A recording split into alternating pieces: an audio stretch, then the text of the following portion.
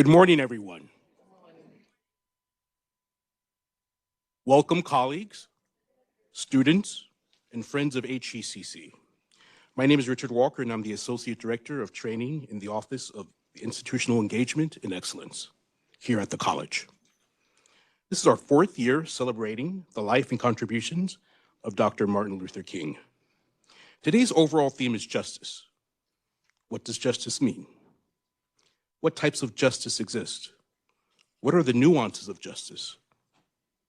When race, gender, social class, ethnicity, immigration status, and other variables are taken into account when certain groups are othered in our society.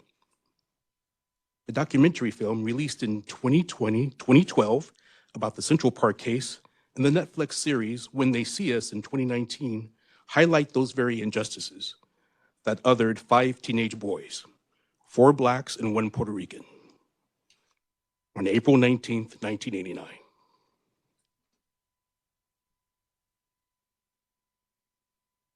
We have a special guest here to provide the invocation for this program. Dr. Reverend Francis Snelling Thibaut. Dr. Reverend Francis Snelling Thibaut serves as the founder and pastor of Open Worship Center in Jersey City. She also serves as the director of mission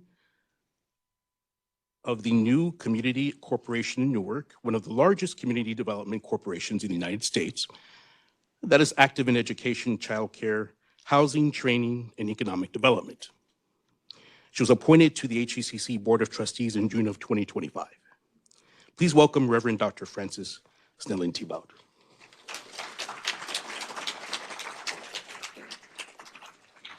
Thank you. Good morning to you all. I invite you all to pray with me. Gracious and eternal God, we gather today with thanksgiving in our hearts. God, we have so many things to be thankful for. We thank you, God, that even while it's cold outside, we are able to feel the blood running warm in our veins. We thank you, God, that we are able to gather at this institution and declare that Hudson is home. Hudson is home to immigrants. Hudson is home to those who have been disenfranchised. Hudson is home to all of us, and for that, we are grateful. Lord, we are also grateful and thank you today for the life and the legacy of Reverend Dr. Martin Luther King. We're grateful not only for his words, God, but we're also grateful for his courage. Not only are we grateful that he dared to dream, but we are grateful that he was willing to pay the price to bring that dream to pass. And God, we ask that you help us to not simply celebrate, but also to commemorate. Help us to remember, even when we are comfortable, that there are so many who are not. As we live in a world that looks different than things did in 1963, we are mindful, God, that many things are still the same. We ask that you give us the wisdom to see injustice, even though it shows up in different ways.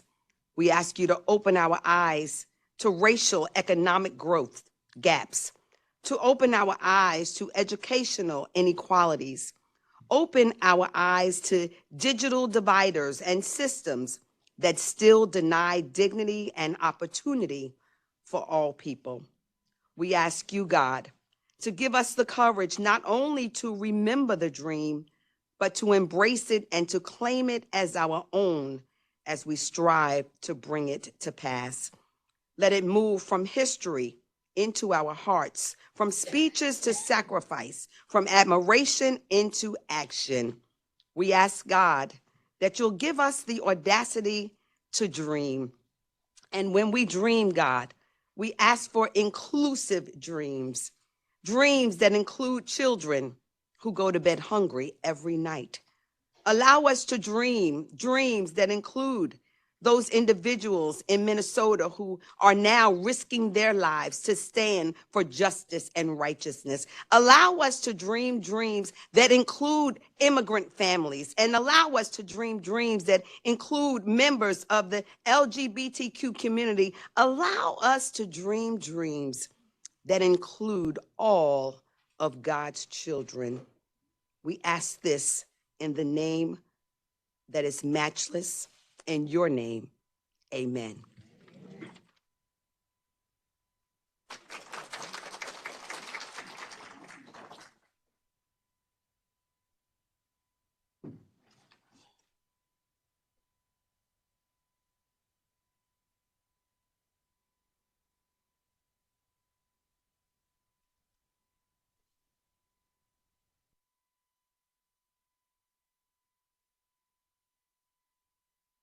So now please join us with Lift Every Voice and Sing, Black National Anthem.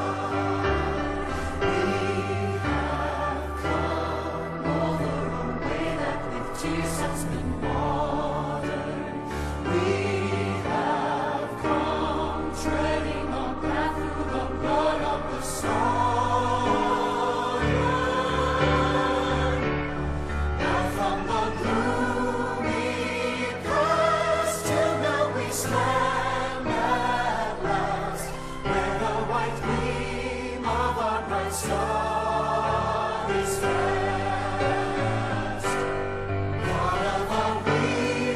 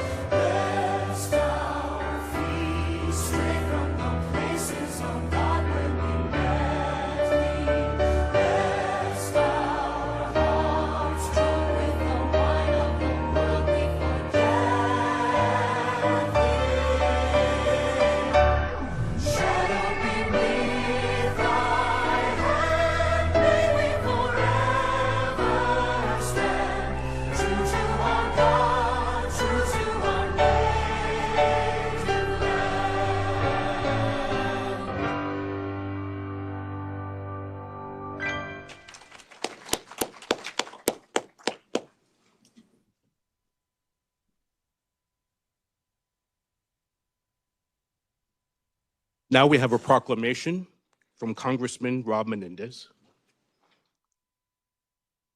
I would like to recognize Congressman Rob Menendez for presenting a proclamation of HECC's 50th anniversary. Please welcome Congressman Menendez.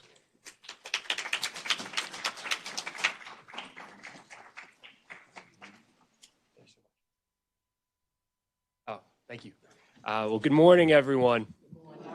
It's such a privilege to be here with you this morning. I want to thank the college, its leadership, for bringing us all together once again in recognition of Dr. Martin Luther King.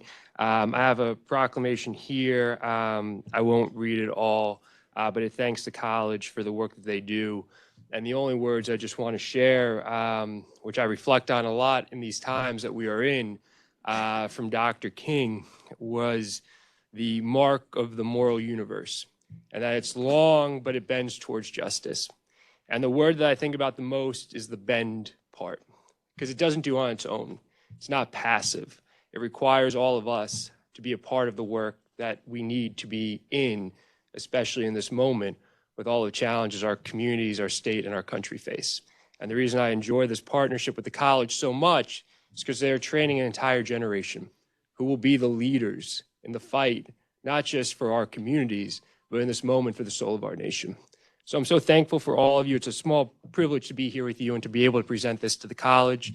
Dr. Reber, thank you as always. If you would, be honored to present this to you.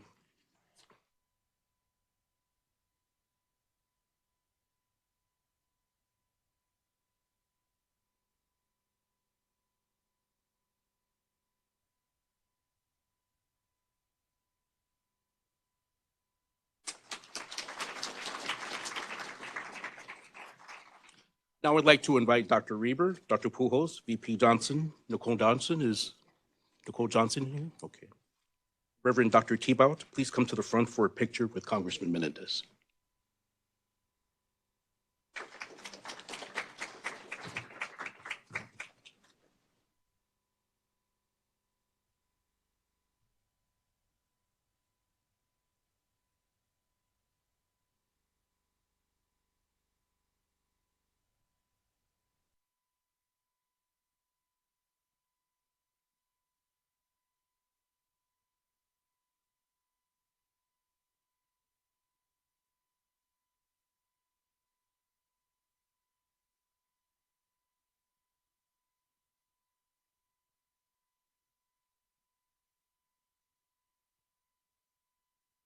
We have a second proclamation. Hudson County Commissioner Anthony Romano Jr. I'd like to recognize Commissioner Romano for presenting a proclamation for HECC's 50th.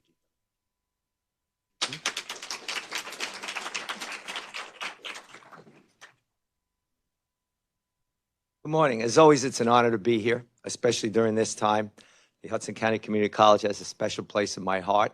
I've been part of it since I've been a commissioner all these years. It's a pleasure working with my friend Dr. Reber and the dynamic Dr. Pujols over here, but especially for Nicole, who's back there in Murta, because they're the soldiers who carry out the policies so that everyone benefits. When we look around the room here, this is diversity. This is what we're about. I was fortunate growing up in a time when Hoboken and Jersey City, no one wanted to be here. But luckily, I've had parents who accepted every one of my friends and who are part of what this history of this area is about, whether it be the first African-American police officer in Hoboken, Rob Davis, whether it be civil rights activists like Joanne Jackson and the Johnson family in Hoboken, Florence Thompson and others in Jersey City. And to me, one of the most important things, when you look at Hudson County government, we have 4 African-American directors that are outstanding, not because, first, that they're African-American, because they're completely competent, professional, and do an outstanding job, and happen to be African-American. And I just want to applaud them. We have Becky Scott, who's doing a wonderful job over at the jail, Cheryl Fuller, the daughter of a civil rights pioneer of Newark, Mayor Gibson, Doris Toon, Michelle Richardson, Pam Gardner, And I'm proud that we're part of that world. And that's a wisdom that both Tom DeGise and Craig Guy, our county executive, showed at his day. And the young dynamic congressman who spoke before me, I'm on the down in a career. He's going places, and hopefully he'll keep going. And someday he'll even rise higher in government because he represents all of us well. But again, it's an honor. I'm not going to read all the words either, as the congressman said, but it celebrates the anniversary of this. This is probably the #1 or #2 community college in the state. It's risen, and so many good things continue to happen with the facilities expansion with regards to the gymnasium, with the diversity of the student population, which is the strength and core of the mission of what this institution is trying to achieve. So if I thank you all for the invitation. Anything that I could do and to be of service to anyone, I'm always a phone call away. God bless each and every one of you. Continue the work of what this man accomplished. I was in the 6th grade when he was assassinated. Didn't realize the scope of things till I got older, but he's a man of peace and nonviolence, and we never want to see any Bull Connors anymore in this world. Thank you.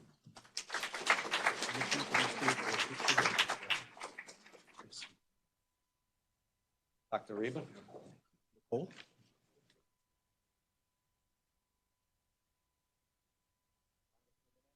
Like to join us, sir? Good to have the good looking and the youth in.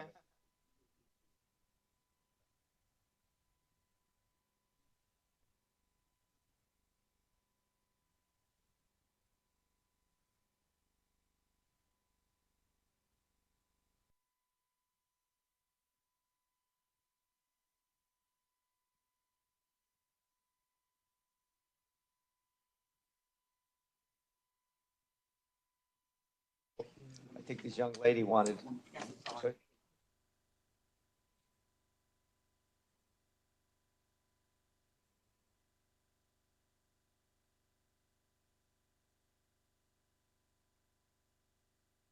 Now I'm happy to introduce our next speaker. He's an HCCC student, Gregory Williams. He's here to read a letter from Senator Cory Booker. Gregory?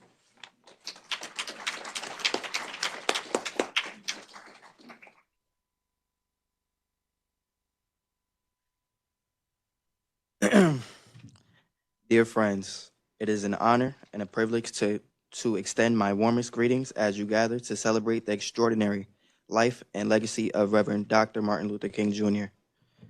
Dr. King, one of our nation's greatest heroes, sparked our spirit of common purpose in the fight for equality and freedom. He called on our better angels and summoned the power of radical love, even as he was constantly confronted with hate and injustice throughout his life. In his famous speech during the 1963 March in Washington, Dr. King spoke of his dream for a future America. With this faith, we will be able to work together, to pray together, to struggle together, to go to jail together, to climb up for freedom together, knowing that we will be free one day. His faith in that dream and his lifelong journey for equality and justice moved us closer to being a nation that fulfilled the promise of the Declaration of Independence to ensure that all Americans are entitled to life, liberty, and the pursuit of happiness. 6 decades after his tragic death, Dr. King's hard-fought victories continue to unite us and inspire us to strive for those principles. Thank you for your efforts to continue Dr. King's work to bring us closer to the America he envisioned. Sincerely, Senator Cory Booker.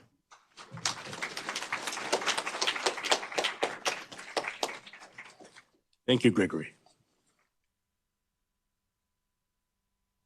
Now I'm pleased to introduce our esteemed president, Dr. Chris Reber, now to provide us with the welcome remarks.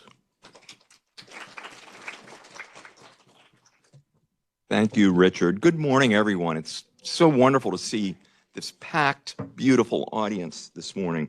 I'm delighted to welcome you as we celebrate the life and work of a great and inspirational leader, Dr. Martin Luther King, Jr.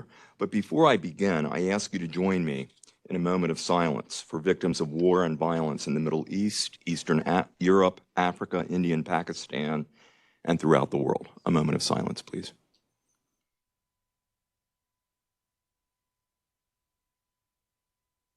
Thank you. We condemn violence and hatred of all kinds, including racism, anti-Semitism, and Islamophobia. We support one another in times of difficulty and are committed to a community that is respectful of and safe for everyone. Well, I'd like to begin by recognizing some of our elected officials and friends who have joined us today, including some you've already heard from. First of all, I want to add my warm welcome to United States Congressman Rob Menendez. Congressman, thank you for your leadership. You're such a supporter of this community, this college. And ladies and gentlemen, I just have to say, lately, the congressman has been such an assertive and eloquent spokesperson for what I think we all feel. And I think every day I'm liking things he appears on in social media. But we really appreciate your leadership, Congressman. And also, Hudson County Board of Commissioners Chair Anthony Romano, who has been such a steadfast supporter of this college as a member of the HCCC Board of School Estimate, as a commissioner, as a community leader. Thank you, Commissioner, for joining us. And certainly we all thank Senator Cory Booker for writing that beautiful letter. And we're honored to welcome Kevin Richardson to our campus. No one should have to endure what Kevin and other members of the Exonerated 5 experience. We're grateful he's joined us today to share his experience, resilience, and outlook for the future, which will serve as a source of inspiration for all of us.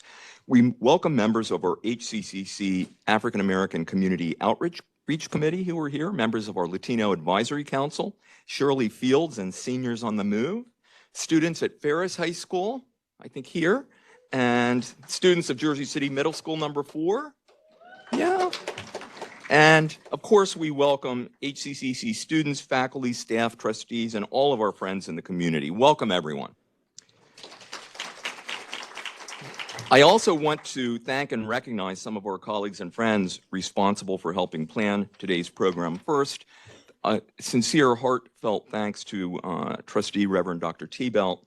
Dr. T-Belt, thank you for those really eloquent and inspirational words. They are deeply meaningful to all of us. I also want to thank Pamela Gardner, HCCC Trustee Emerita, Dr. Uris, I'll ask you to hold your applause maybe until we do them all. Dr. Uris Pujols, Vice President for Institutional Engagement and Excellence, Michelle Vitale, Director of Cultural Affairs, Reverend Dr. Bertha Reels, founder and CEO of Sarah's Daughters Domestic Violence Awareness Foundation, Dr. Jerry Lamb, HCCC Associate Professor of Criminal Justice, of course, Richard Walker, Associate Director of Institutional Engagement and Excellence Training, our colleague Mirta Sanchez, Executive Administrative Assistant for the Office of Institutional Engagement and Excellence, Salma Abdelawad, Cultural Affairs Coordinator, Jennifer Christopher, Assistant Vice President for Communications and her team, Julio Maldonado, Custodial Manager and his team, Willie Shire, Senior AV Analyst and his team, and Chef Kurt Sipple and Karen McLaughlin from Flick Catering Services. As we always say at this inspirational award-winning college, it takes a village. And thank you all so much, and others unnamed who have been so helpful to bringing us together today. I also want to recognize 3 dedicated and talented HCCC students who are participating in today's program. You will meet them. They're Gregory Taylor, Victoria Lenga, and Fatima Eldai. Thank you, students. You're our future. Let me just conclude by saying Dr. King stood up to answer the call of history. Commissioner, now I know our ages because that was an indelible moment that all of us who were old enough remember. I was in 4th grade. But he stood up to answer the call of history, a call for peace, justice, fairness, and equality for all. Today, we celebrate Dr. King's extraordinary life, his enduring contributions to our society, and his inspirational leadership for educating and empowering generations that have followed him and that will continue to follow him. I also want to say this morning, we also celebrate this loving and inspirational community that is literally the gateway to the American dream for thousands and thousands of Hudson Countyans and others. Hudson is home. Thank you all. Enjoy the program.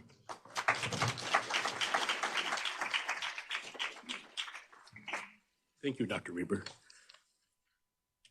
So I can't introduce because you already know who he is, Commissioner Romano. I'm going to ask you to come up one more time to provide remarks. Thank you. I must have been that bad the first time that I'm. As I was sitting back down, I thought of something. As I mentioned earlier, well, Congressman Menendez and myself are both grandchildren, grandsons of immigrants, and I'm proud to say that. 3 or 4 of them couldn't speak English, and we're probably I'm one of the first in my family to get a college education, and I know how proud my father was. He was a Ferris graduate. When Ferris was downtown, pulled out in his senior year to serve in the war with his cousin who was killed in the war. So Jersey City and Hoboken have risen from the ashes on the backs of those that stayed. We forget that. All people that come in are reaping the benefits of the hard work that was done by those pioneers coming from all different countries, from the African American community. So we can never forget that. I think that's the most important. And the college emboldens that dream of Dr. King, where you can succeed with education. And it's very hard in these tough times with the price. I know my mom and dad had to work very hard at their jobs to afford for me to go to St. Peter's Prep, St. Peter's University. And then for my graduate degree, my father said, "You're paying," at NJCU. So to be part of all of this is important. And then I think they say everybody stresses diversity now. There was a lot of diversity. I know I was fortunate to grow up in a very diverse neighborhood. And that, to me, I'll always go back to that bedrock. Every Christmas Eve, I'll go back and sit on the stoop of where I grew up because that's my ethos. That's what makes what you are. The titles and the success I owe to God because our faith is always first and foremost. But every public official should remember how important humility is. Humility is the most important, and availability. You elected us to these positions to ensure that we serve you and listen to what you are saying, not for our own benefit. And as I stress again, I see when the new people that come into Hoboken and Jersey City, both my grandmothers lived, and I could say the word projects because that's where they grew up when I went into the projects. But it's very proud to say that, to continue to play sports on the field, although now the new people that moved in don't want to hear the noise in the area and don't want us down there. But again, we can never forget, most importantly, what Dr. Lamb, Dr. Pulhos, Dr. Reber, and what all the people at institution are trying to create. As Rob said, this is the future. You are the future. And the socialization process is so important. I'm not one for virtual. I'm not embarrassed to say it because I think that personal connection and socialization is so, so important. And our faith, whatever it may be, to having God to ensure that there's justice, what Dr. King has always preached from day one. And to be part of watching this growth over these last years of this institution to what it has become and what it will even become more with the support of your elected officials. As Dr. Reber said, without the bucks that are coming from Congressman Menendez, without what we get from our state, our county government. And for a lot of students, when I became a commissioner, when I was a young person, either in grammar or high school, I wouldn't have a clue what county government does. But county government does a lot. And I learned as I ascended to this position, all the different things and how many people depend on us. Those in need, food assistance, WIC, employment. Higher education is not for everyone. So we have the trade schools. We have to ensure we work with the unions. Let's never forget the unions and how important the labor unions are to the birth of this country, and they continue to this day to provide jobs and to do it in a safe manner. And it should be that they get a proper wage for the work that's done. As we see, as you watch on TV, how all the prices have gone up and people are struggling. We can never forget we have to help those that are in need the most. So Dr. Lamb, again, I'm not coming up for a third time, I promise. That's only reserved for the higher-ups like Congressman Menendez. But Dr. Pulhos, again, the relationships that we have formed, if I could say anything to students that are here, network and form relationships.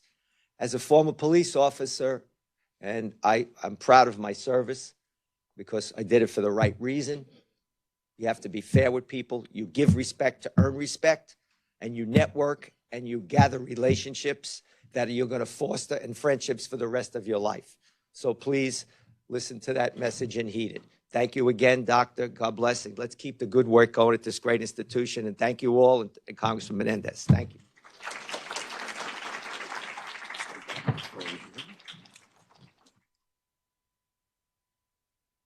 Morning, everyone. My name is Salma Abdelwahid, and I'm the coordinator for cultural affairs here. Can you hear me? Okay. I am the coordinator for cultural affairs here at HCCC, and I'm honored to introduce our next speaker, Dr. Jerry Lamb. Dr. Jerry Lamb is a veteran of the United States Marine Corps and has been teaching at Hudson County Community College since 2013. He has served as an advisor with Phi Theta Kappa International Honor Society and is a mentor and educator who has worked closely with the Educational Opportunity Fund at HCCC. As an associate professor in the criminal justice area at HCCC, he continues to teach a variety of courses, including Introduction to Criminal Law and Policeman's Role in the Community. Please welcome Dr. Jerry Lamb.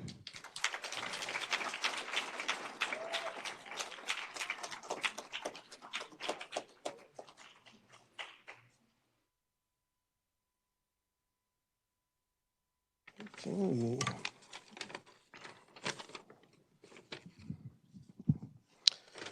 All right. I usually speak spontaneously, but I wanted to be careful today because I know there's recordings and I wanted to get it right. This is the social media era. So I want to start off by saying, I need you to interpret what I'm saying to the best of your ability in the most positive light, because sometimes we use words that don't necessarily grasp what it is that we are attempting to communicate. So with that being said, the essence of justice is what I'm talking about today. And the essence of justice is not like criminal justice, because with criminal justice, we have laws. And these laws change from city to city, state to state, and country to country. But the essence of justice does not do that. It's a force that does one thing: it gives. It does not take. The essence of justice, simply put, is love. Love never changes through time. There are no preferences, there are no exclusions. Whether you are here in Jersey, in China, India, or in the rainforests of Brazil, love exists.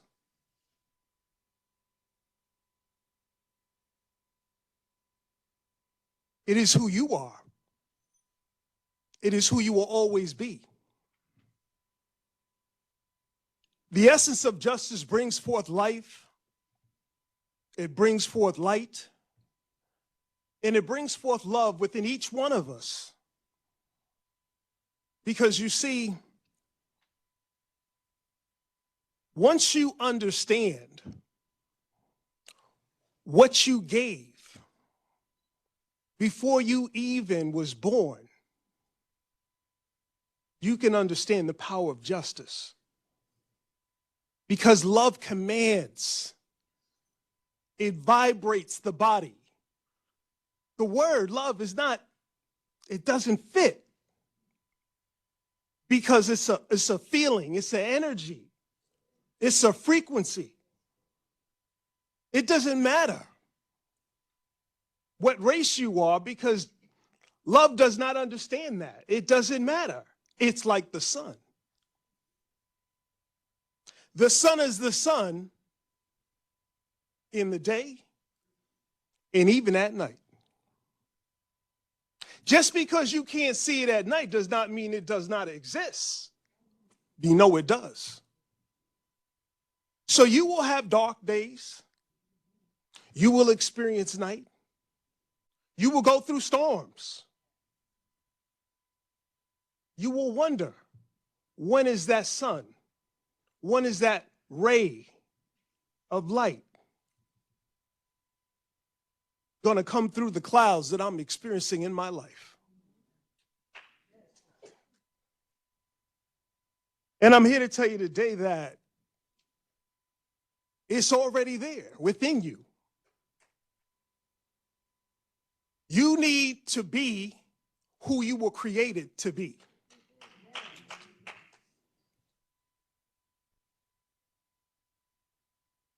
You were created to love, to live, and to be a light to others.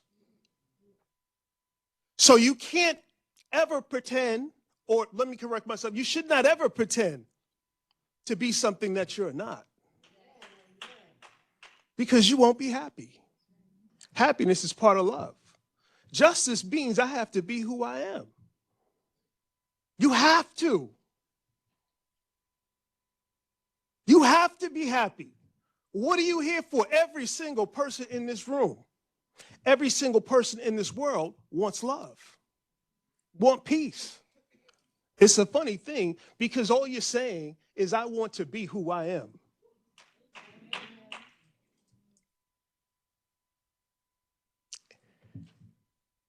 So breathe.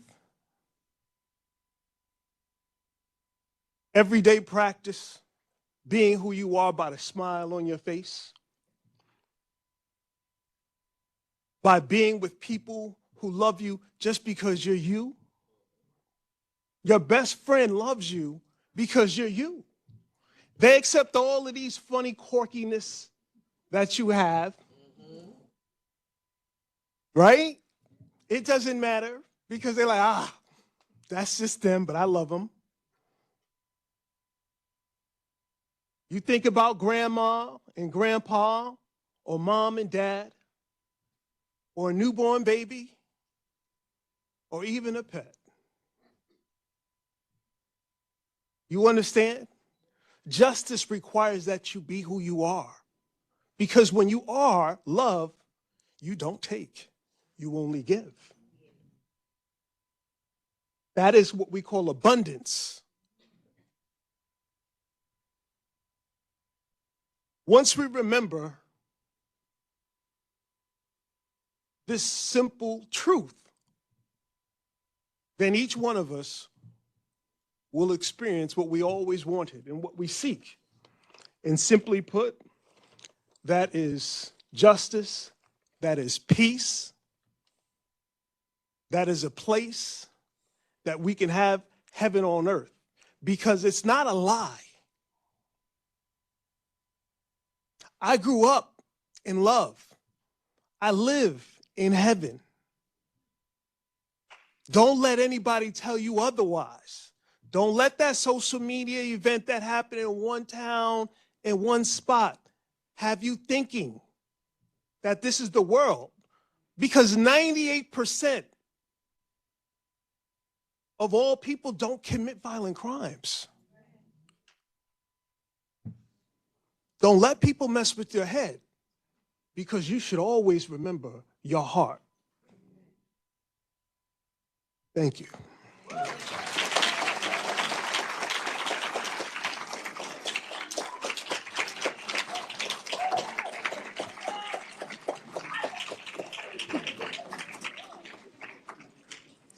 Thank you, Dr. Lamb. That was beautiful.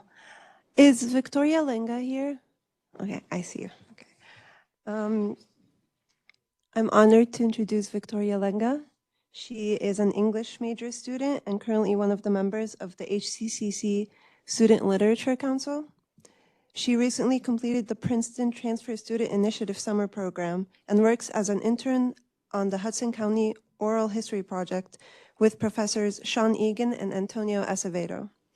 Victoria will be reading In Memoriam, Martin Luther King Jr. by June Jordan. June Jordan was an activist, poet, writer, and teacher, as well as a prominent figure in the civil rights, feminist, anti-war, and LGBTQ movements of the 20th century. Please welcome Victoria Lenga.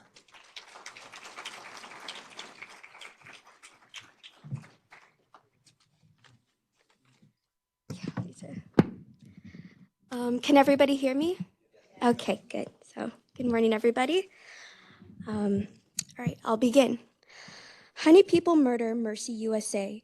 The milkland turned to monsters teach, to kill, to violate, pull down, destroy, the weekly freedom, growing fruit from being born, America. Tomorrow, yesterday, rip, rape, exacerbate, despoil, disfigure, crazy running threat, the deadly thrall, appall, belief, dispel. The wildlife burn the breast, the onward tongue, the outward hand, deform the normal rainy riot, sunshine, shelter wreck of darkness, derogate, delimit, blank, explode, deprive, assassinate and batten up, like bullets fatten up, the raving greed, reactivate, a springtime terrorizing. Death by men more than you and I can stop. They sleep who know a regulated place, or pulse or tide or changing sky, according to some universal stage direction obvious, like shore wash shells. We share an afternoon of mourning, in between no next predictable, except for wild reversal, hearse rehearsal, bleach to black long lunging, ritual of fright, insanity, and more deplorable abortion, more and more. So, thank you.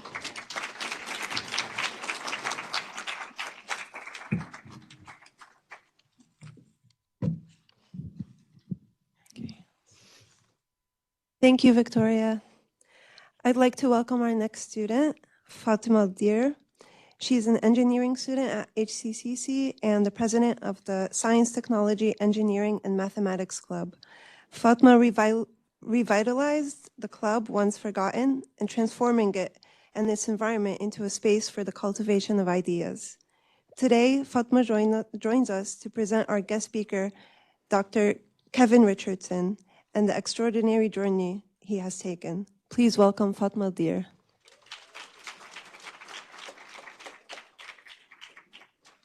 Thank you, Selma, for that. Hi, everyone.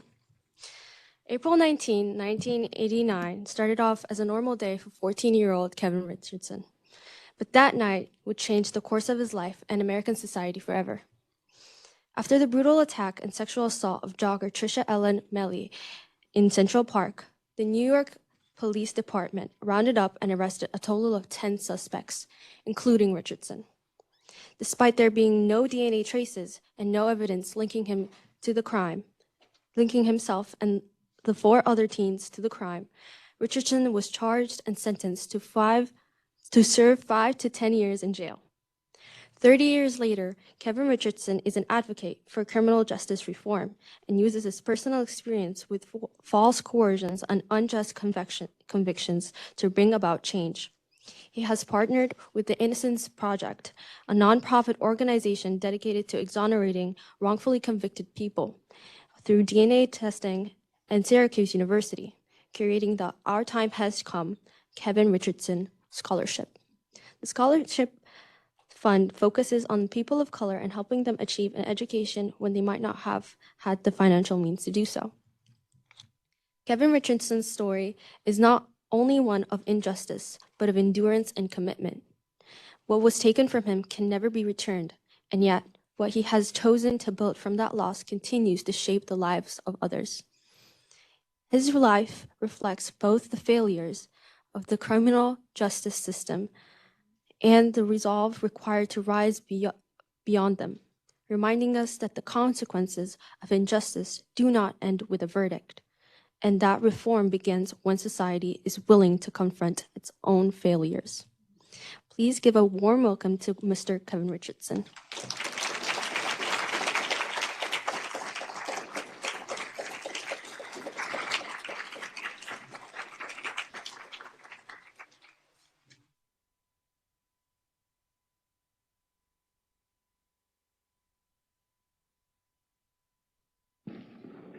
Testing, are you able to hear me?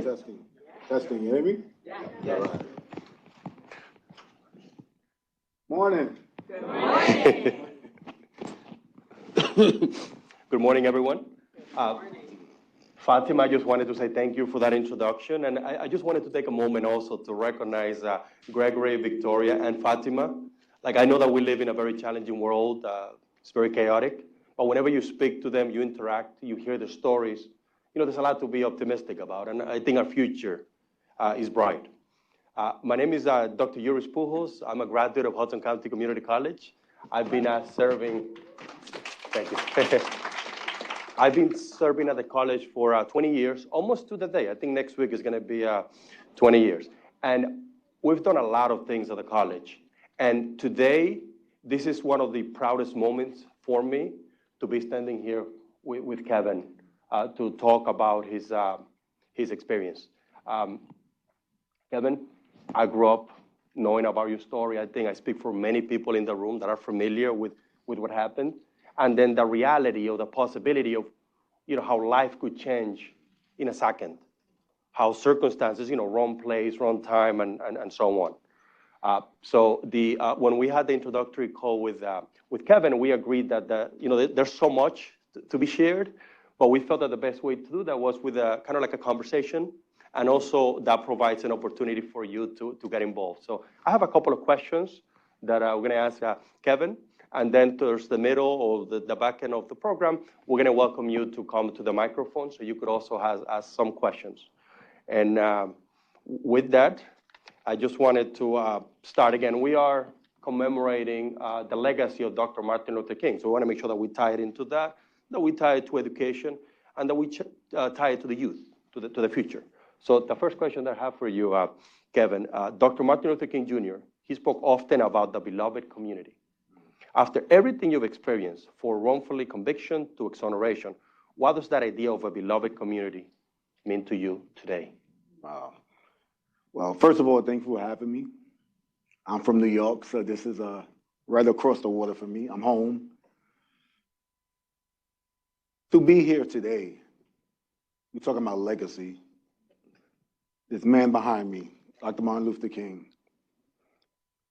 I am my ancestors' wildest dreams. And to be here on his shoulders right now, speaking about this, is 360 for me. Community. That's what all Dr. Martin Luther King wanted, was a community behind him. And not just a community of his own, but a community of people. Because it's like he said, it's not the color of his skin, but the content of his character. And his character is what resonated with everyone. So it was all about his community following each other and standing for one common cause. And that's what I'm all about, is bringing not just my family, but the community of all people of all races. I think that's what's important at the end. I'm always optimistic, but I'm also a realist. And I know we have a long way to go. But if you follow the words of Dr. Martin Luther King and others, I think we'll be moving towards the right direction. Thank you, Kevin. Your story, and some of you might have seen some of the documentaries and some of the films that are out there. Your story is one of profound injustice, but also resilience. How do you find the strength to hold on to your humanity during the years when the system denied it? And how does that connect to Dr. King's belief in dignity and moral courage? Resilience. It's so fitting. It's a blessing. Because there's 3 words that I go by. Courage, perseverance, and resilience. If you put those 3 together, everyone, it spells CPR. And that's what I'm doing, giving back life to others. Breathing that life that Dr. King did. Because once was a time in 1989, I didn't have that. I was calling for life, calling to breathe when I was apprehended by these police officers. So to be here in physical form and speak about that is very fitting. And let's speak a little further, because I try to put everything in. I know we have a little bit of time, but I'm going to add a lot in this. And this is important, that I even tell this to my 17-year-old daughter. First, you have courage. Like Dr. King, he had courage. You have to have courage to withstand what he did, everyone. What he did for us. To fight. To have someone like me fighting now. to have the perseverance to go through that, to withstand the physical beating, the verbal abuse, to still stand there still and still say, I have a dream. And do all of that to be resilient, to fight, to say, we cannot take this anymore. You know, unfortunately, we still have this thing going on now where we're still fighting for justice. But we would do him a disservice if we don't continue doing that. And that's what I'm about. Thank you, Kevin. Kevin, can you remind us how old you were when this happened? The fresh ripe age of 14 years old. I was the youngest of the five, actually. Just curious of life. Being 14, everyone. Just trying to realize what's going on in this world and didn't know that I thought that my life was over. You know, I thought that I had a dream. I keep coming back to this. I had a dream. But my dream turned into a nightmare that night, you know, and I thought I would never reach the potential that I am now at the ripe age of 51 years old and still keeping it together. Yeah, for the ones of us that have kids, grandkids, people that we know in other families, imagine that 14 years old. We're talking about resilience, we're talking about strength, courage, but at 14 years old, I mean, that's the backdrop of all of this. Dr. King believed education was a cornerstone of freedom and social change. What role has education, that could be formal or informal, played in your healing and purpose since your release? Extremely important. Through education, I was blessed to attain my bachelor's degree in Syracuse University, to continue the legacy and start a foundation, which is called the Kevin Richardson Foundation, which is called Our Time Has Come, OTHC, and it's about giving back and through education. And my foundation is all about giving back to the community, bringing back things we used to have in the 80s. We used to have workshops and community centers and places where we teach kids education and learn skills and computer skills and keep them off the street. Because a good friend of mine said, an idle mind is the devil's backyard. When we become idle, that's when things tend to happen. So I also have a 17-year-old daughter right now and an 8-year-old daughter, 2 girls, help me. But they keep me grounded.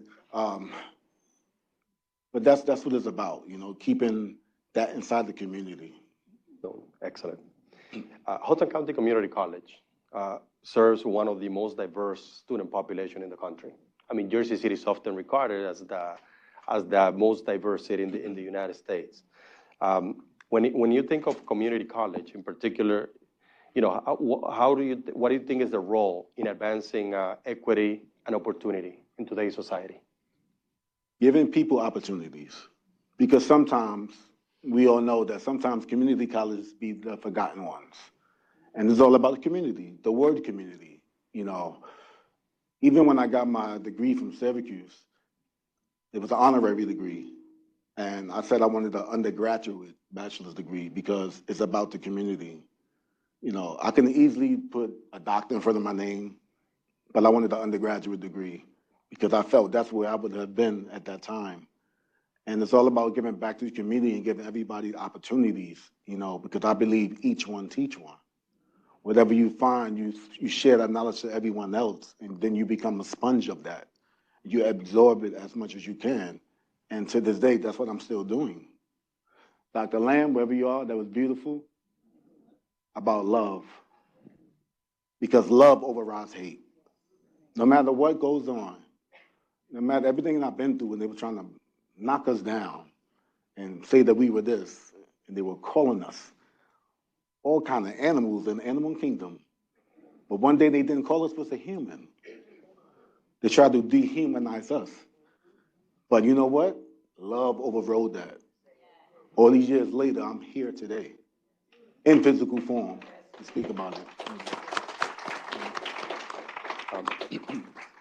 Thank you for that, Kevin. I wanted to come back to the comment that we made earlier about the youth and the students and the impact that they mean for the future. You know, we have middle school 4 here. We have students from Ferris, Hudson County Community College students. And, you know, we are doing our work, our part. But, you know, our goal is to look ahead. What comes after? Who comes after? And, you know, I do think that that's an area of optimism for us. But the following question, much of Dr. King's work focuses on young people as catalysts for change. When you speak to students today, what do you most want them to understand about their power and their responsibility? Yeah. Please, all the students, just raise your hands for me. I just want to see you. Of quite a few. That's beautiful. That's beautiful because I am you. You know, I once was the age where I was trying to navigate myself through life, you know, and we need the youth. Because one thing society is afraid of is your mind. They're afraid of what you can become because that's what will override hate. You know what I mean? It's all about education. It's all about learning. It's all about being smart at what you do. And like myself, I've you know, I was put in this position. I wasn't always like this, but through my experiences, it had made me be the man I am today. You know, everyone don't have to be an activist to be active. Just, you know, be in your community and do what feels right for you and for the youth. We're dealing with a climate right now in this society that is unwanting. But you were here. You're here for a purpose. You know, you're here on purpose. You know, each one of us was born to be a certain way. And I think for myself, in my story, I was molded to be the man I am today from my mom. Mothers, women that carried me for 9 months in the womb to mold me to the shape and the man I am today. And each one of you kids that's here today, you were formed and molded to be the person you are today. So never let no one discourage that. Use love. Use your mind, because that's the most powerful tool, I believe, and stay relevant. Thank you, Kevin. Thank you. Now, specifically to your experience, I think that they expose how systems can fail marginalized communities. In your view, what does justice look like beyond the courtroom? And how can education institution like Hudson help shape, you know, more for a just society? Yeah. How does justice look outside the courtroom? Not much. And honestly, I would love to say that we have grown as a community, and I'm talking about community as everyone, but we still have a lot of steps to go. When they say, you know, one step forward, 2 steps back, and I feel like that's what we are now, but we can change that dynamic. The community can, you know, by having certain programs, certain outreach programs, you know, like I say, having certain seminars, having things like this today, where the community could come and listen to each other and absorb from each other, you know, and giving back. Because the one thing they want us to be is silent. So, like for me, you know, when I once was a shy kid. You know, I once was a kid that used to be in the back of the class and didn't want them to say my name. But when they did, I rose to the occasion. And sometimes we have to come out of that shell, you know, and change the world. And I think we can. And that's the optimistic part of me, that we can do that. But we have to keep these things going for the community, because the kids are our future. Just like myself and my brothers, Yusuf, Raymond, Corey, and Antron, we are our ancestors' wildest dreams. We are standing on their shoulders. So when I'm gone, which I'm not going anywhere, no time soon, but when I am gone, my legacy will continue. And then we'll pass that legacy to the next generation. And that's what I'm talking about, each one teach one. Great, thank you. Kevin, Dr. King once said, our lives begin to end the day we become silent about things that matter. How has finding your voice after years of enforced silence shaped your advocacy? Oof. How much time we have? Man. I remember it once was a time when I was screaming, I'm innocent. Well, my roars was like whispers to the world. My roars was like whispers to the world. We felt like no one was listening, even though we had a community behind us. And you have to use your voice. You know, I became the voice for the voiceless because there's so many people that's screaming out for their rights, screaming for their civil rights, screaming that they're human, but it's being ignored. So we have to use our minds, our abilities, what we've been blessed to do, to carry on legacies. Unfortunately, as we all know, these are things that's happening in different communities where people are being apprehended, people are being arrested, killed.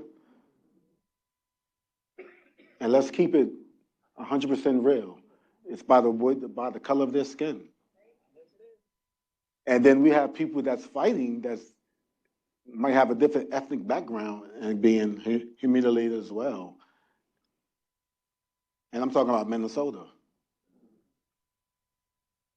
The same place by the name of a guy named George Floyd was murdered. This has to stop. And not in a violent way, everyone, because Dr. King was about nonviolence. And that's why I said we have to use our mind within our communities to change this. When will it end?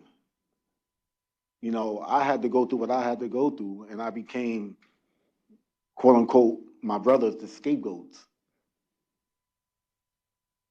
But I use that just as long as the next people can live. And that's what Dr. King did.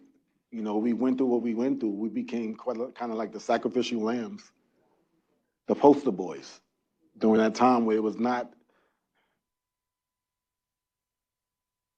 good to be associated as the Century Park Five.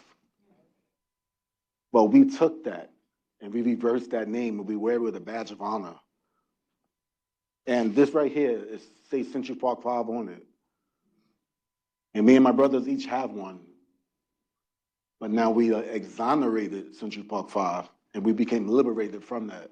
So that's what it's about.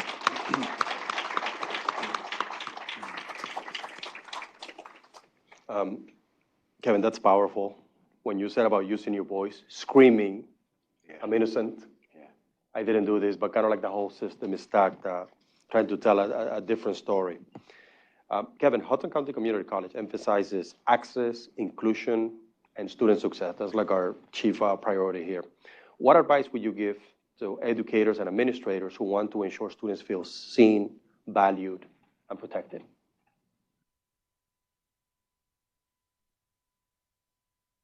To listen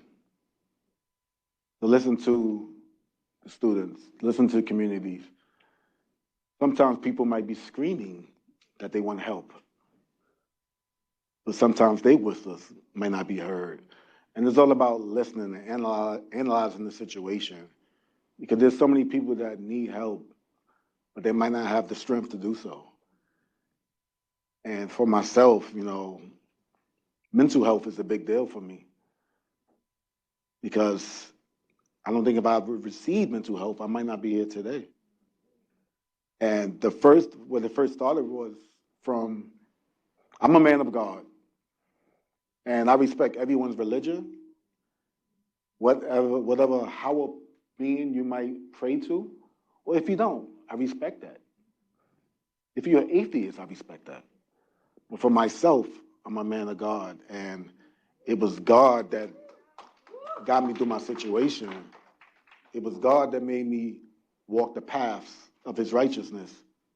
And that was passed to my mother, which ironically, her name is Grace. And with the grace of God, She carried me for 9 months that molded me to be the man I am today. So it's all a revolving circle. And it all goes back to we must help each other. Lift up someone when they're down. Praise someone when they're up. And we just have to keep that cycle going. And like I said before, that's the optimistic part of me. I have to hold on to that. We have to hold on to that, y'all. We're dealing with some times that is not righteous. We're dealing with times where my mother used to tell me, she grew up in the Jim Crow era in Virginia, Norfolk, Virginia, born in 1942. The day that I was apprehended, she said, remind her how the KKK, Ku Klux Klan, I know everyone knows that, used to come into the houses and snatch them away from the houses. That's the same thing that's happening now. People are being snatched from the streets and being put back in prisons because of the way they look. So it's all reciprocal. Same things is happening from before. Kevin, you talked about your faith, relationship with God, and the next question deals with forgiveness. Forgiveness is often associated with Dr. King's teachings, but it is deeply personal and complex. How do you approach conversations about forgiveness, accountability, and healing in your own life? It was tough. Because according to certain people, I'm not supposed to be here today. According to certain people, they would have had their way, I would have been a distant thought. Remember the case about the Central Park 5 boys? Come to find out they were innocent, but they received the death penalty.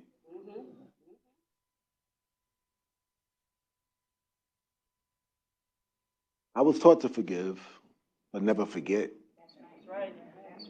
about what happened to me. And I think that a question is often asked. They say, are you bitter? I have the right to be. But because of the sake of my children and other people that's coming behind me, I think bitterness will take you to the grave faster. And I didn't want to grow to be an angry, bitter man and just angry at the world from what happened to me. It was about what we're going to do to change that dynamic, what we're going to do to look forward to change this. And what the world fears is an angry, old, black, bitter man on top of that.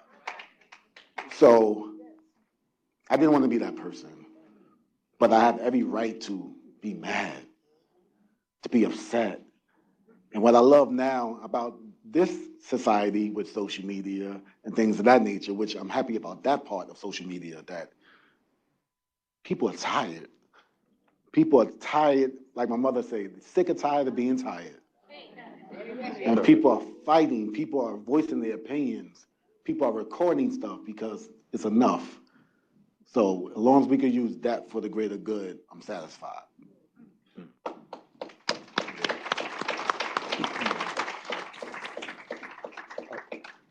Thank you, Kevin.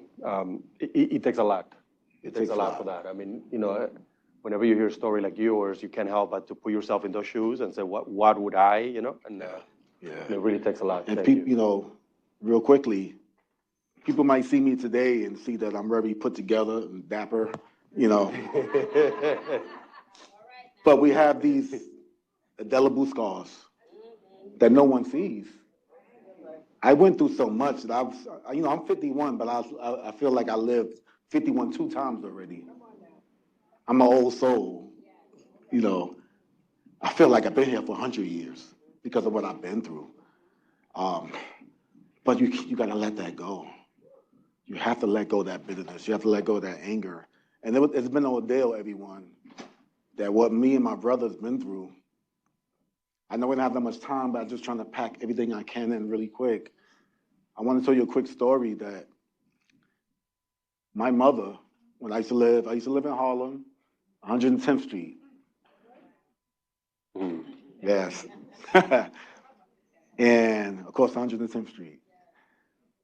And I remember the time my mother used to receive calls. People used to find our numbers. Young people, it was this thing called the Yellow Pages. I remember those. I know I'm old now. But they used to find our numbers, and they used to call my old number, which I still remember, 212-876-4641. I was good with numbers, still am. And they used to call my mother and say, hello, your son deserves to be castrated, and hang up. I call again. Your son deserves to be horsewhipped in Central Park. This rhetoric that we was getting all these years, that we were scared for our lives, but it kept us going. That rhetoric and that hate kept us going because we knew we had to withstand that. And it was so hard, especially in the 80s, where the racial tone was through the roof. And my case at the end of the 80s was just a stepping stone of different cases that happened. To name a few, a Bensonhurst case, and things of that nature, it was just a time not to be who they thought we were, calling us. And I'm just thinking back to it, and this is what keeps me going when they used to call us and tell us, excuse my language, if we were any younger person here, but they used to call us like the Central Park 5 scumbags and things of that nature, and call us animals and gorillas in a mess. And it's the rhetoric that was happening. And when I fast forward to 2026, I hear that rhetoric still happening in certain offices. Not to go too far, but you understand that we have that same rhetoric and hate from someone that's in a higher being. And that's what's scary right now. Yeah. Well, Kevin, students might feel overwhelmed by injustice locally and globally, just what's happening everywhere. You referenced some of that. What small but meaningful action do you feel they can take to honor Dr. King's legacy right where they are? One thing I would say is stay relevant. Keep gaining knowledge. Use his words that he was all about justice. He was all about equality. He was all about courage, perseverance, resilience, CPR. He was all about giving life back to others. He sacrificed his life that we could be here today. So use your mind, everyone. Use your God gift. Use your ability. Go to libraries still. Do research. Read. But I tell my daughter, get off your tablet. Read, my 8-year-old. Because these things are still important. It's still detrimental to what's going on now, and that will help your growth. We all have to come together as a community, and learn from each other. And I think if we all come together, we could bridge the gap between love and hate. And you'll see that love is overriding that, surpassing that. So we just have to stay relevant, everyone. To the young generation, I know it's very tough. I consider myself still youngish. I'm still in the mix. I'm still grinding. I'm still fighting. I appreciate all the love and the accolades and things like that. But I'll look at that later because I'm still in the midst of fighting and standing for what's right. It's about civil rights, about your human rights, about having your just due. And not just due is now, to be equal to everyone that's going on now, to have our seat at the table. Sit at the table, yeah. And I always say that to people. But when you have your seat at the table, not just to have your seat, let's sit down and break bread. Let's sit down and get down to the business. And that I invite everyone in higher beings, higher positions, to come together. And everyone from low positions, let's come together to equal ground and make these things happen. Kevin, I want to visit something that I heard our president mention like almost every time that he speaks, that education is the antidote to a lot of the problems and ills of society. And, one of the issues that I see in your story, in your experience, is that you had people that heard, okay, the Central Park 5, and automatically they assume they did it. They're guilty. This merits a phone call to his mom, and so on and so forth. So it's important to educate everyone to really understand, because when we make assumptions without really knowing, it's problematic. But I do have one final question before we open it up to everyone else. But looking at today's social climate, what lessons from your journey and Dr. King's work feel most urgent for this generation to embrace? And of course, I'm thinking of young people again. Most urgent as of now. To live. Just to live, to breathe, to be thankful that you're here, to recognize what people sacrificed for us to be here. But take that power, because the mind, it was an old phrase, but it was serious. The mind is a terrible thing to waste. And we must use that. Now that I'm a parent, I remember I tell my kids that, and my little one's like, "All right, Daddy, all right." But now I'm preaching that and giving her that knowledge, and later on she'll realize it. When she gets older. My 17-year-old, really quick, she's actually looking to go to Syracuse University. Hopefully she gets there. She's a senior right now. And she wants to study, she wants to do two things, psychology and teaching kids. And she's trying to bridge the gap between that. And it's all about teaching people and also understanding the mind. So hopefully she could do that too. Shout out to my daughter. Good daughter.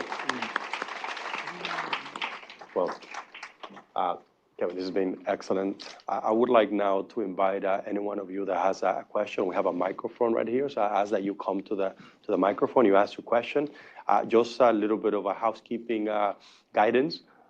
Please do not ask to take a picture right now with Kevin, because we did that last year, can I take a picture? Then that kind of slows down the program. But Kevin is going to be staying with us for lunch, so he'll be around. You get an opportunity to speak to him. I live in New Jersey. Yeah. But anyone that has a question or a comment that you would like to make, just walk up to the microphone. You just have to make sure that it's on, and we just need that one brave soul to begin, and then. Please don't be shy. Oh, there we have one. Squeeze all the time in together. Got all the time. That was perfect. All right, excuse me. In the 7 years that you served, did you ever feel that somebody was going to come and save you? That someone was going to come and help? Yeah. Did you have help from the outside? Did you feel that? I did. When you're in those four walls, and I did serve 7 years out of a 10-year sentence. In the beginning, I always kept my faith, but I just thought, why? Why I was in the position? Why me? Then I thought, why not me? After the fact that it would be someone to save me, to bring me out of that abyss of hate that was happening inside those four walls. So I had different communities, different people that helped me out. The first person that actually helped me out, that bailed me out, was a guy named Father Gigante, that bailed me out of prison in the 80s. And then I went back, and then I lost my case, and I had to start my sentence. But it was always different groups, different people that kept me afloat. They always was reaching out to me, even though I was behind those walls. And I never felt alone, even though I had to do the sentence all by myself. Hope that covers it. But it was a lot of people. Yeah. What I would like to know is, how did your community welcome you back from all the stuff that you went through? I'm from Harlem, and I know you went through a lot, and I know that some people wanted you to be slaughtered or killed and all. And I commend all of those that helped you. But my thing was, I know the community was there for you, but I want to know how you felt when you came back home. You know, honestly, some were there, some were not. Some still thought in some strange capacity that we were guilty. That's not even include no DNA evidence, but just our statements and everything that didn't match. So it was people that wasn't in our corner. And to this day, they have this thing where they kind of join the bandwagon now. But God bless you. God bless you what you thought you believed through that time. But my own community of Harlem, where I grew up at, they welcomed me with open arms because they was welcoming back their son, you know, back to the community. And we all are children of God. So they all had to accept us back into the community. So that was a beautiful thing. I was nervous because I was gone for 7 years. And I did 3 more years of parole. And I had to register as a sex offender and all of those different things. And it was a big load on me to carry. At that age, I was now 22 years old. I was still young, but I had just did 7 years of imprisonment. So my question is very similar. I was wondering, so was it difficult sort of transitioning back into society, right? Like, did you receive pushback, resistance? And my question also is, did you receive any apologies for being mistreated and wrongly categorized? Yeah, look, good question, great question. And I piggyback off that, so I can have a longer answer. I received an apology from my community. I received apology from people, and I respect some people that came out to me and said, I thought it was true. I respect that they apologize. And that's what I needed from the community. What we wanted an apology from, we never got it, is from the people that did it to us. The criminal justice, unjust system. And truthfully, if I was to get that apology now, I wouldn't want it. Because it would only be for political gain right now. You could have that, because we all knew what was the truth from the beginning.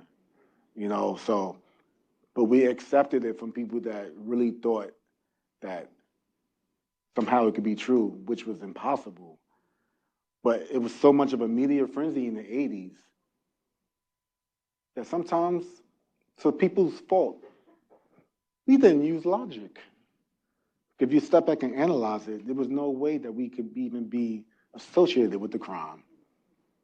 But because it was such a media frenzy and people believe the first thing they see on TV, then it's quite, you know, when you see it, the first thing you might say is, wow, that's bad, but the guys did without analyzing the situation. So I send love to everyone, to the love and to the haters, because the haters will actually elevate that love. Yeah. Thank you, Kevin. We're going to take the next 3 questions, and then we'll proceed to lunch. Okay. Fatima? Hello. I was wondering if you saw like any of the documentaries or docuseries that was published about the case, and if you have any thoughts on them, if they're like representing you or misrepresenting you. Oh. I'll ask my question again. I was wondering if you watched any of the docuseries or the series or the movies that was made about the case, and if you think they misrepresented you or they did represent it right, and your thoughts about them overall. Yes, it was a slew of docs and shows over the years. Some was very false. Certain news channels. And it's quite now that everyone wants to get in touch with us and hear from us and things like that. But it wasn't like that before. Until recently, the docs that we did, 2 that, of course, that stands out the most. It was the doc in 2012 called The Central Park Five, made by Ken Burns, Saba Burns, and her husband, Dave McMahon. That was a stepping stone to the series that the whole world knows now when they see us on Netflix, through social media, and that doc or series, it was a limited series, that took my case to a whole nother stratosphere. And that we was 100% behind because my great sister, which I could say is my sister now, Ava DuVernay, was, yes, that she just wanted to do us right. And she wanted to tell our story. And we collaborated with her. And it took us 4.5 years to do When They See Us. And we had to relive that in California, which was great to go to and you know, and tell our story there. But it opened up wounds. And I had to relive being 14 years old again. And going back to Central Park, when we made it in New York City, I didn't step back into Central Park since I was 14. And when they did the film, I had to step back into the park and see them filming.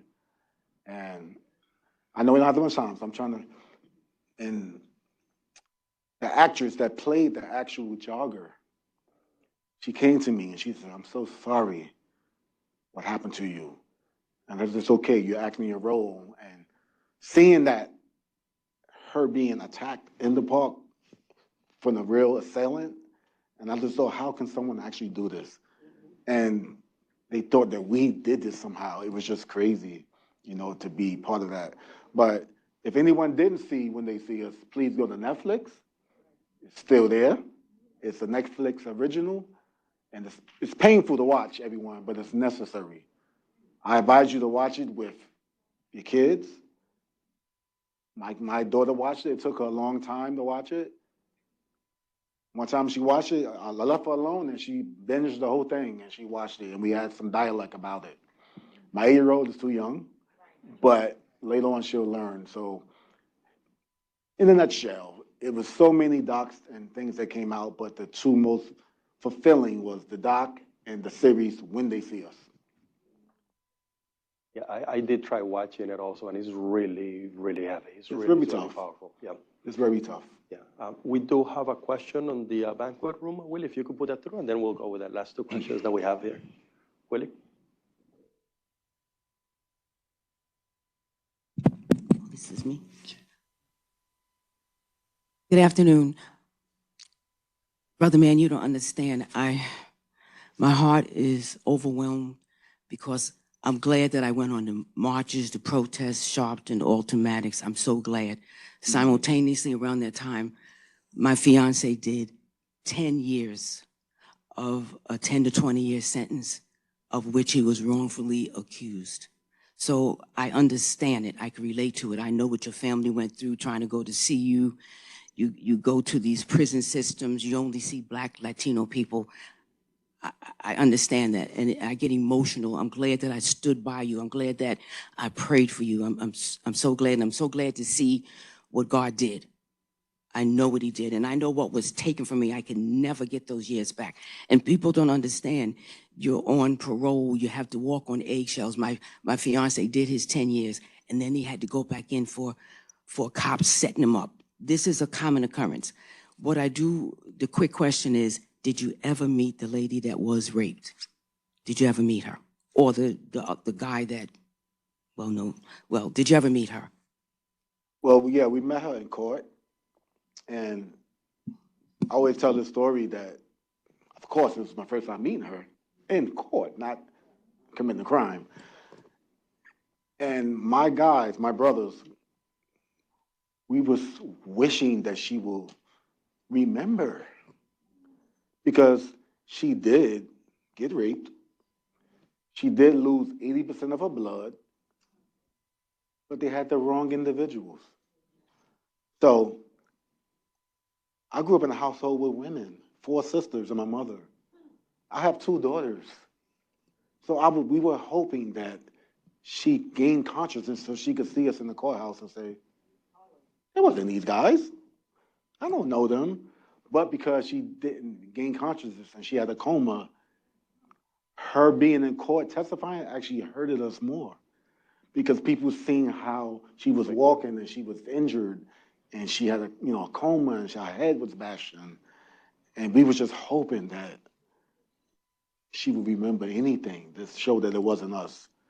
And furthermore, we even reached out to her when they see us, just to hear her, what she had to say, but she declined. And we respected that. Because at the end of the day, it was 6 victims, herself and the 5 of us. Yep.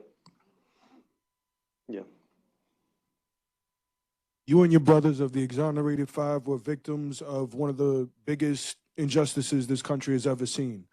My question is, how were you able to move past feelings of resentment, pain, spite, however justified they may be? How were you able to move past those feelings and finally find peace? Yeah, man. First, God. When I was in those 4 walls, it was God that was talking to me. And to be quite honest with y'all, I'm going to tell y'all, in the beginning, when I was young, I questioned God. And my mother's from the South. She said, boy, in my country voice, don't you ever question the man upstairs. I said, yes, ma'am. That was it. But when I was young, I just thought, why, God? You know, if anyone knows, you know we didn't do it. But he had a plan. He had a plan, and my good sister Ava, she used to say, y'all are like prophets right now. And I used to joke and laugh, and I thought about it. Maybe we are. Maybe we are. And he's using us as a vessel to help out others, so it was definitely tough, but it was God, it was my family that stayed there with me every step of every time. I remember the blizzard of '96. Y'all remember that? Of course, right? My mother Grace still was trying to travel upstate to see me in the blizzard of '96. And because of the weather, she couldn't make it, but she was still trying to see her baby. And I told her, Mom, I got this. God got me. I'll see you when I get home. And I was, released in June 24th, 1997, back to my mother's arms. Yeah.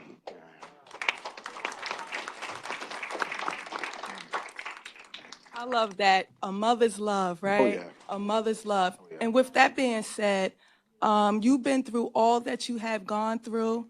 And even today, standing as you are, or sitting as you are, or as you referenced, dapper. Yes, yes, yes, and you are.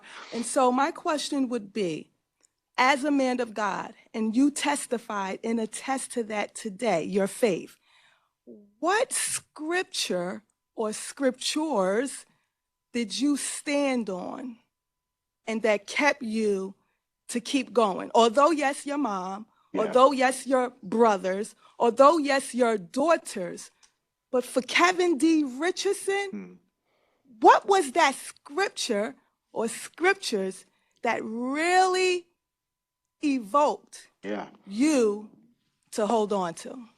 So many. And I remember getting reacquainted with the Bible again when I was there. But there was one prayer, actually, which I tell my daughter now. It was the Lord's Prayer that I always say. And I say to this day, and I tell to my daughter each day. And it was that kept me going. And I just followed that every day. Even when I was in those 4 walls, I just thought that this too shall pass. And this might be so cliche, but it's the truth. When I was in that prison, everyone, swear to God, I swear, and it's not good to say that unless you mean it, that I seen the light. I seen the light. Every day I was in those dark prison cells, 24 hours a day, 1 hour recreation, 1 hour for a visit, 1 hour to go with the child, which they called you go to eat. Every day I felt the light getting brighter and shining on me and saying that this too shall pass. you know, and what happens in the dark will come to light. And I just knew that eventually I would come out of that. But it was the Lord's Prayer. Just that prayer, just that. I mean, amongst everything that helped me get through what I've been through. And I learned how to read the Bible, but I also studied every religion as well, just to get a concept of what everyone else believes and how they believe in their God and things of that nature. So that's something I did to help me with my time. I even studied in the law library to understand how these things can happen and how we must change these, and how I became acquainted with the law, and how I became associated with the Innocence Project, which is well documented that I work with them to give back to the community. So, but to answer your question in a nutshell, it was the Lord's Prayer that actually got me through that. And I tell my 8-year-old every morning the same thing. Well, Kevin, I just wanted to thank you for spending the morning with us, for sharing your very personal stories with all of us. Excuse me. Storytelling is really important, to share our experiences, what we've seen, what we've been through. Yeah. So hopefully that could serve as a catalyst for others to also understand and hopefully learn from it. But with that, if I could just ask for another hand for Kevin. Thank you.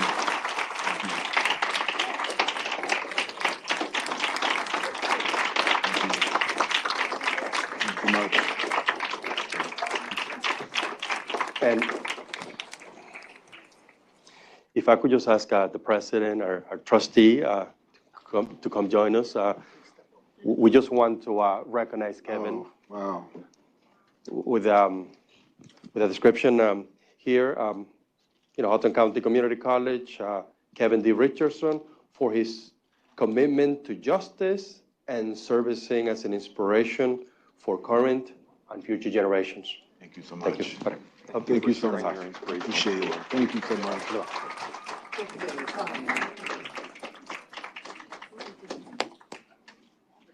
Thank you. Thank you. Thank you. Thank you. Beautiful. Wow. My brother. Thank you so much, man. So the time goes fast. It flies. Yeah, but let's have a sit here, and then we'll do like a closeout now. Okay. No. Introduce Dr. Bertha Rios. Thank you. Well done. Thank you. Thank you so much. Thank you. Oh, let me turn this off. I'll do it.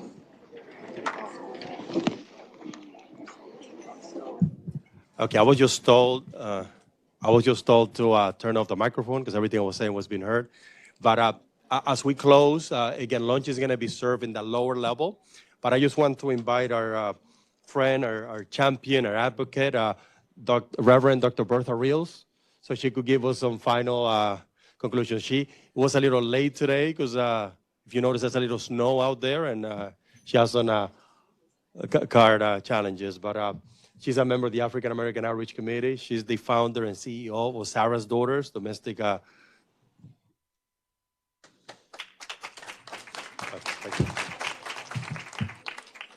Good evening, everyone. You can tell when you're right on track when everything goes wrong. Flat tire, ice. I'm waiting for AAA. So I'll sit right here until they get here, Dr. Reba. But I want to say, and even I had this nice gathering. I put together this beautiful tribute to Mr. Richardson. And the phone started acting up. The phone said, no, you won't be saying that today. But what I do want to say is that God works in mysterious ways. And with Mr. Richardson going away at the age of 14, you came out shining like gold. And what it did was it allowed the people to see what you went through, but what you went through, coming out of it, created great opportunities for other people, And so sometimes we go through trials and tribulations and it look like, well, where is God? But I believe that God was in the midst of all of that. And I applaud you for what you went through, and I applaud you for Would you say RSP? What was that? Yes, yes, absolutely. Because you're still here amongst us. And I just want to say congratulations. And I hope and pray to God that you will continue this journey that God has set you on, because I believe that this is a journey that God has set you on. And I want to thank Pam Gardner. She's not here, but she's one of our trustees, and she couldn't be here because she had a situation going on with her family. I want to thank Dr. Uris for all the time and the effort that he pours into the students. This is the real deal here. Hudson County Community College is the real deal. I want to thank Dr. Huber, because it is about the people. It is about the students. It is about them getting what they need while they're here. I'm an alumni. 50 years ago, I graduated from Hudson County Community College. And guess what? I didn't have a nickel, I didn't have a dime or a quarter, but the community college was family, and they helped me get through the process. And I truly appreciate that. And the students that came out tonight, God bless you, praise the Lord and hallelujah.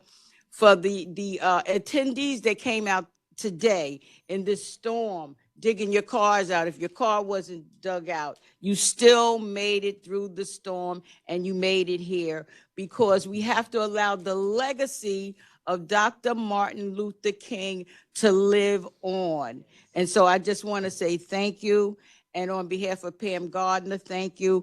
God bless Hudson County Community College. And at the end of the day, if nobody don't knows, Hudson County is home. Amen.